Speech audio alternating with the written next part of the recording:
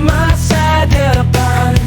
Selamat pagi Prof. Emil Salim. Selamat pagi. Terima kasih atas waktunya dan kami berdoa semoga senantiasa Prof. Emil Salim sehat-sehat selalu, memberi motivasi semangat kepada kami dan juga generasi muda, terutama di dalam kepedulian lingkungan hidup. Ya. Nah, kami ingin berdiskusi dengan Prof. Emil Salim terkait dengan pengelolaan lingkungan hidup di Indonesia yang sudah melampaui 50 tahun atau setengah abad. Apakah kira-kira ada catatan kritis dari Prof. Emil Salim? Ya.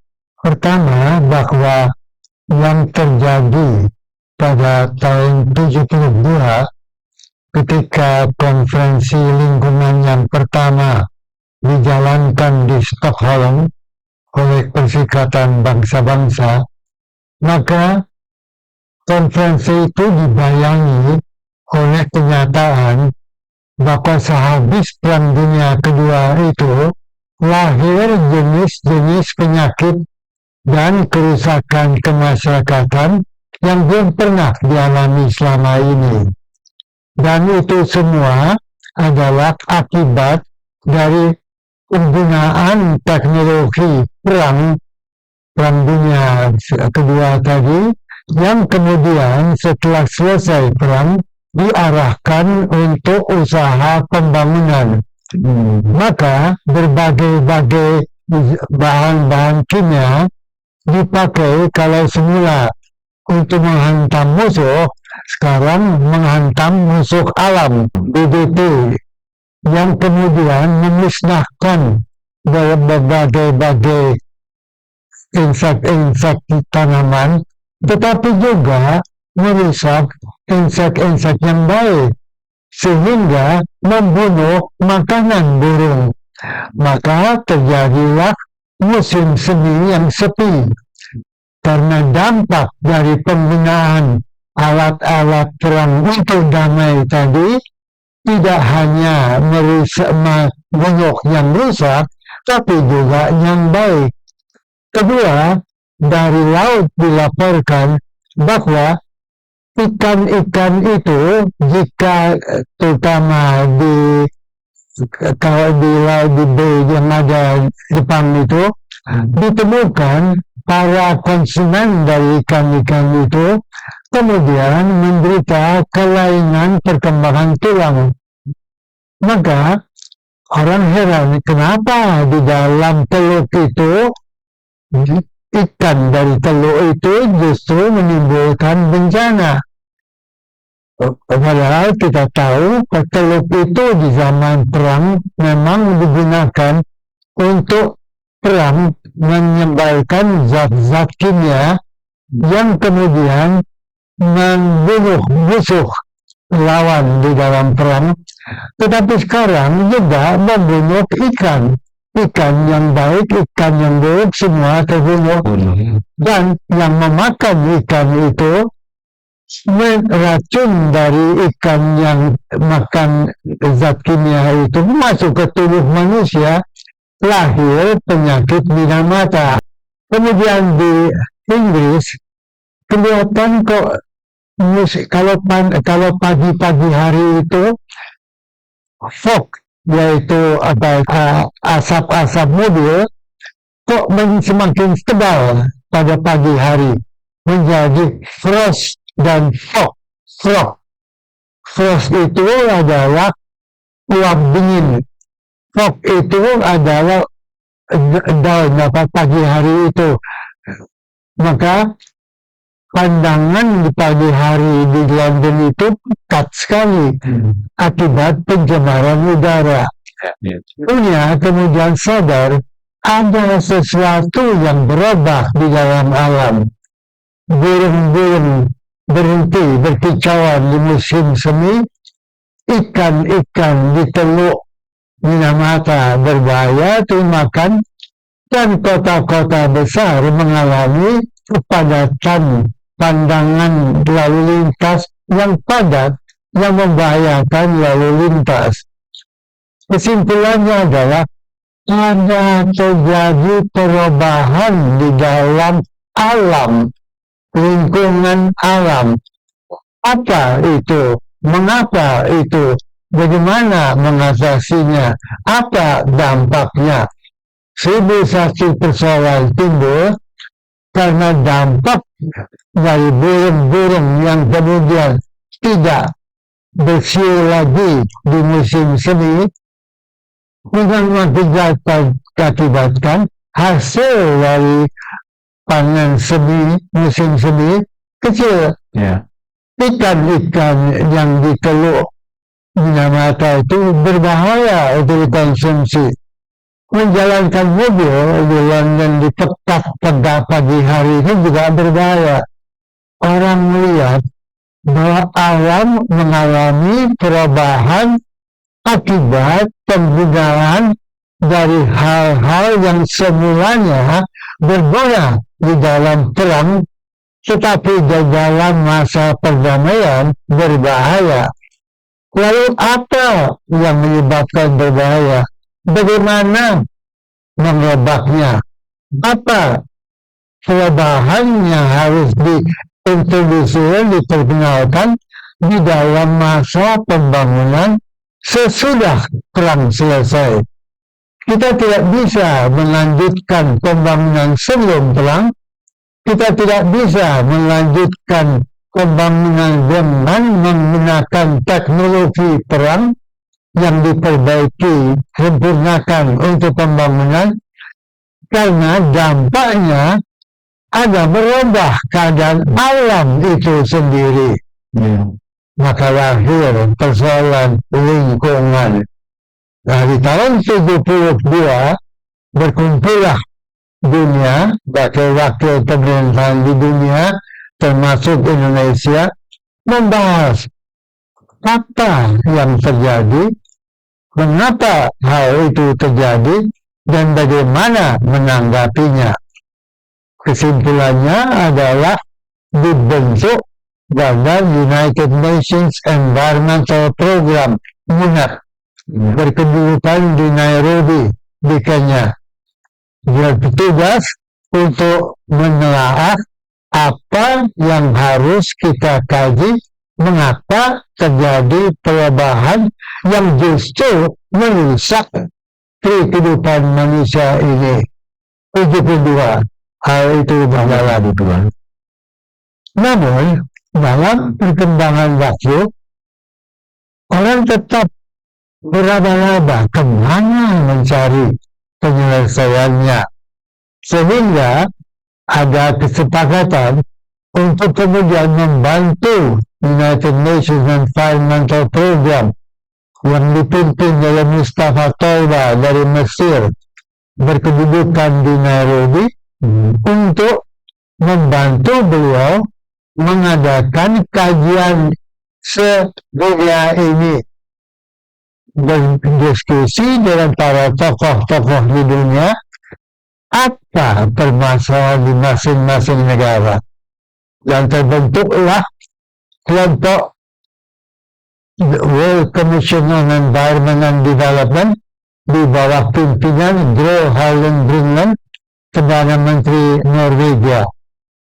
Indonesia salah satu anggota dari kelompok World Commission itu, yang kemudian terbentuk di tahun 85 dan bekerja 85, 86 dan 87, kemudian menyampaikan laporannya ke Perserikatan Bangsa-Bangsa di dalam laporan Our Common Future, yaitu menghadapi, membangun masa depan kita bersama, kita masyarakat dunia bersama.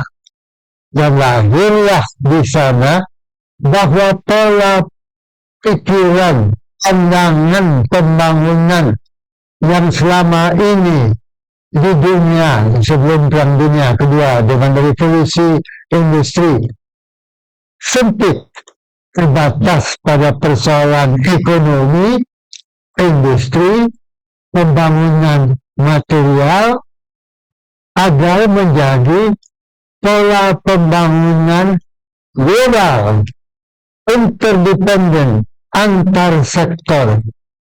Pembangunan yang bersifat multidisiplin, ekonomi, sosial, lingkungan. 2. 3.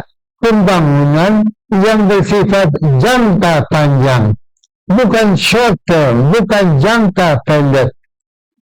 Bukan hanya mengejar GRP tahun-tahunan, tetapi pembangunan yang memungkinkan generasi masa depan tetap menjalankan proses pembangunan dengan resource yang utuh yang ditinggalkan oleh generasi tua, itu dikembangkan oleh generasi muda di dalam pola pembangunan berkelanjutan, sustainable, sehingga prinsip pembangunan yang dianut bukan pembangunan kotak-kotak, pelita 1, pelita 2, pelita 2, kotak-kotak itu, tetapi satu arus, flow, arus yang mengalir, sehingga generasi sekarang menjamin agar pembangunan yang mereka jalankan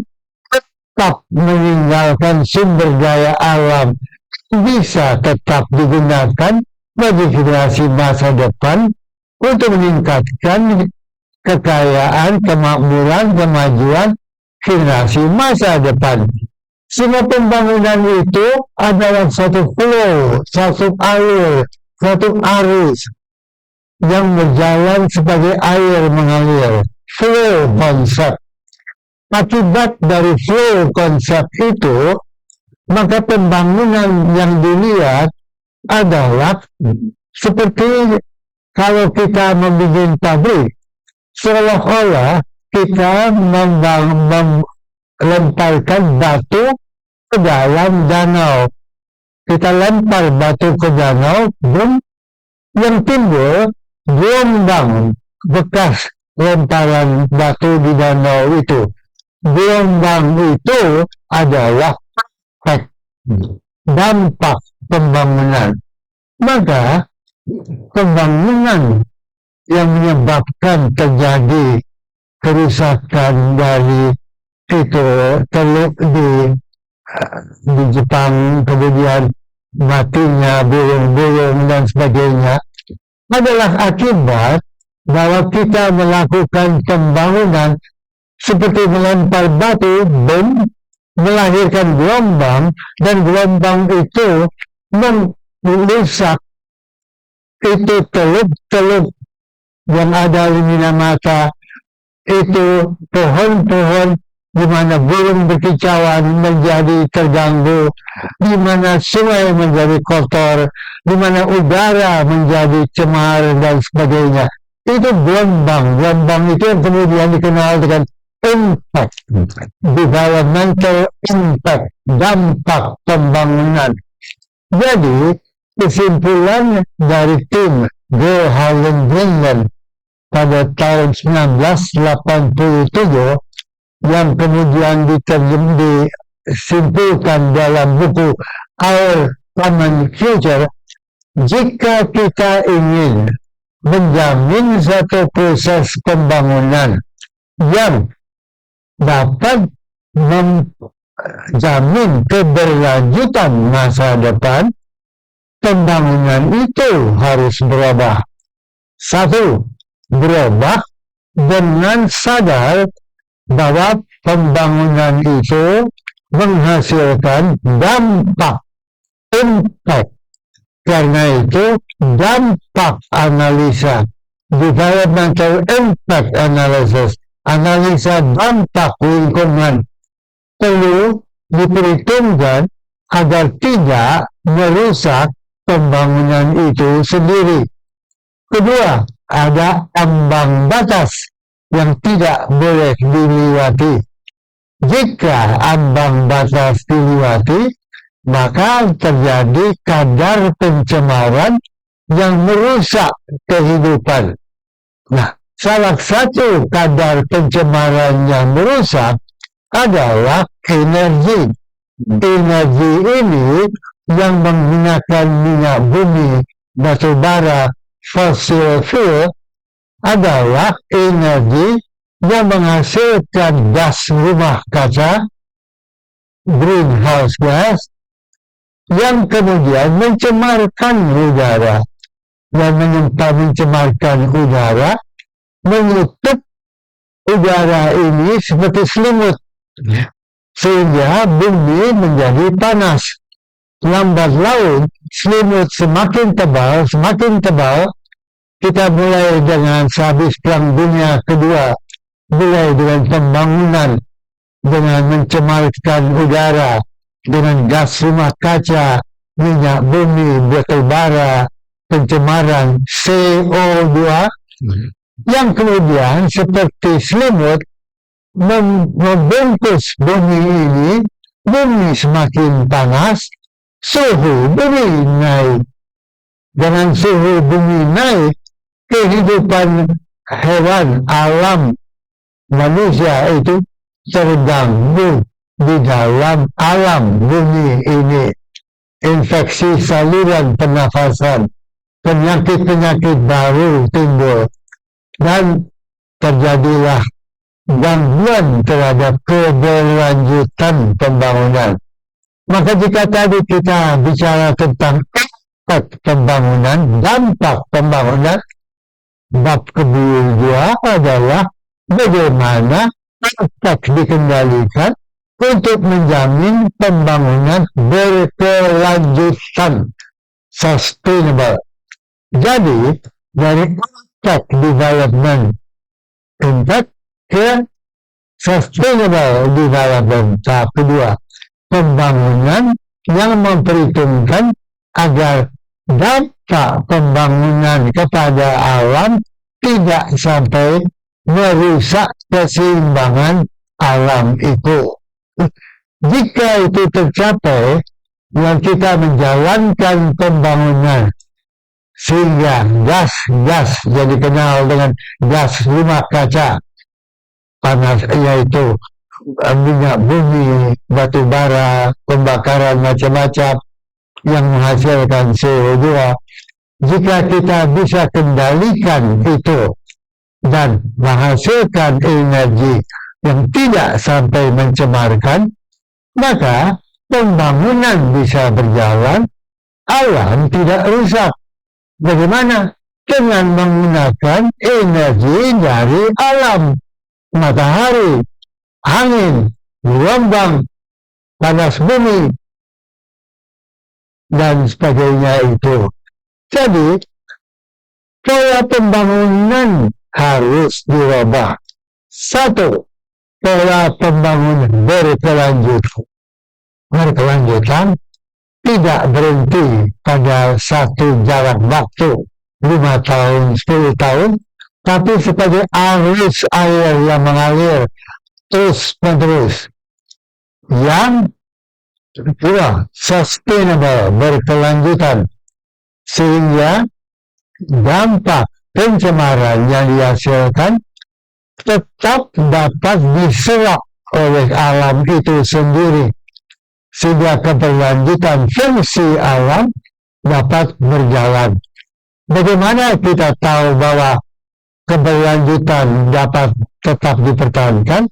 Dengan menjalankan teknik pembangunan analisa dampak lingkungan.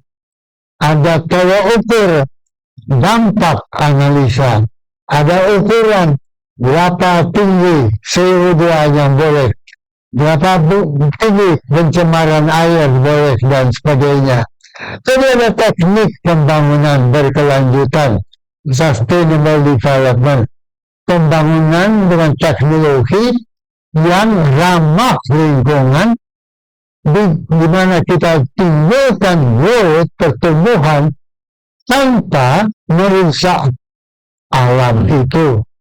Dengan demikian, sustainabilitas, keberlanjutan dari isi alam itu, burung-burung berkicauan, alam-alam ikan bisa terus berkembang, dunia bisa tumbuh, udara naik, dan manusia maju tetap maju dalam alam yang utuh, sejahtera, dan lestari, berkelanjutan. Itu tujuannya. Dan itu ada tekniknya. Teknik pembangunan berkelanjutan. Teknik mengendalikan pencemaran. Teknik mengendalikan CO2. Teknik untuk tidak menggunakan gas rumah kaca. Dan sebagainya. Apabila kita bisa menjalankan hal-hal ini, dan itu disepakati 1992 di dalam konferensi Rio de Janeiro, jika itu dijalankan, maka dunia bisa menjadi maju, sejahtera dengan alam yang baik. Namun sayang, dunia tidak menjalankan hal tadi, sehingga alam tetap rusak dan keadaan tidak terlalu menggembirakan. CO2 naik, dunia sekarang terancam perubahan iklim, dan itu membawa kita pada bab permasalahan tantangan lingkungan yang lain lagi gitu. Demikian secara singkat permasalahan dan tantangan yang kita hadapi. Ketika kita mulai dengan lingkungan, yang pertama adalah kesepakatan hukum yang diterjemahkan dalam Undang-Undang Lingkungan Hidup. Di dalam Undang-Undang Lingkungan Hidup diarahkan bahwa pembangunan itu sesuai dengan kesepakatan yang ada di Stockholm tahun 72 dan kemudian pada rangkaian kesepakatan UN kemudian, bahwa kita tidak lagi membangun hanya ekonomi, tetapi ekonomi satu tiang, sosial tiang kedua, dan lingkungan tiang ketiga. Jadi 3 tiang development yang dianut di dunia bukan hanya economic development, tapi juga social development, development yang memperhitungkan dampak pada kemiskinan, kepada keterbelakangan, kepada hal-hal yang menyangkut manusia. Sehingga pembangunan itu bukan hanya pembangunan membuat pabrik, membuat pertanian, membuat barang, tapi tertuju barang untuk manusia, untuk kesejahteraan manusia, untuk menghapuskan kemiskinan manusia. Lalu, dalam usaha menghalau kemiskinan itu, alam tidak boleh menyebabkan justru kemiskinan itu bertambah besar. Jangan sampai alam itu rusak hutannya sehingga menimbulkan banjir. Kalau ada banjir, yang miskin yang menderita, yang miskin yang mengalami kerusakannya lebih besar dari orang-orang yang ada di gedung-gedung dan sebagainya. Jadi, di dalam falsafat pembangunan berkelanjutan, dia bukan hanya ekonomi, tapi ekonomi, sosial, dan lingkungan. Akibat 3 dimensi itu, maka dampak pembangunan seperti membuang batu ke danau, yang kemudian danau menghasilkan gelombang-gelombang yang mengakibatkan terganggunya alam di sekitar batu yang campak itu, danau bergelombang, maka harus dampak itu adalah gelombang itu. Semakin besar batu kita lempar ke danau, semakin besar dampak gelombang yang diciptakannya, semakin besar dampak negatif pembangunan pada lingkungan. Jadi, pembangunan itu mengubah tatanan alam.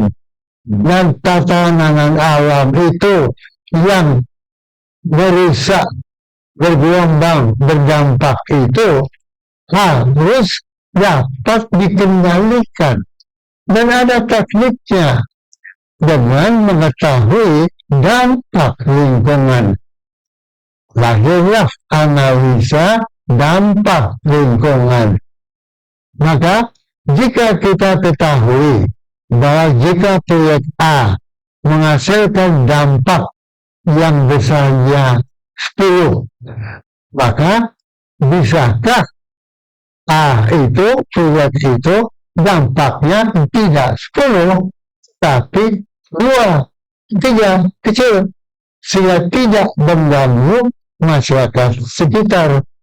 Sehingga lahirlah pembangunan berwawasan lingkungan berdasarkan analisa dampak lingkungan yang terukur menurut tatanan ukuran yang ditentukan oleh kesehatan sosial manusia. Jika CO2 yang hasil pembakaran batu bara menyebabkan pencemaran kadar kotor udara 10 dan 10 dianggap membahayakan manusia, maka 10 harus diturunkan menjadi 5 dengan cara teknik pengendalian dampak pencemaran tadi. Teknologi tersedia, carbon capture storage, carbon CO2 di capture, ditangkap, capture storage, disimpan ke tanah. Ada tekniknya sehingga tidak mencemarkan alam, tidak merusak kesehatan manusia, dan dengan demikian aman bagi kehidupan manusia berkat hasil studi AMDAL, analisa mengenai dampak lingkungan dan penerapan teknik pengendalian dampak lingkungan. Itu. Lingkungan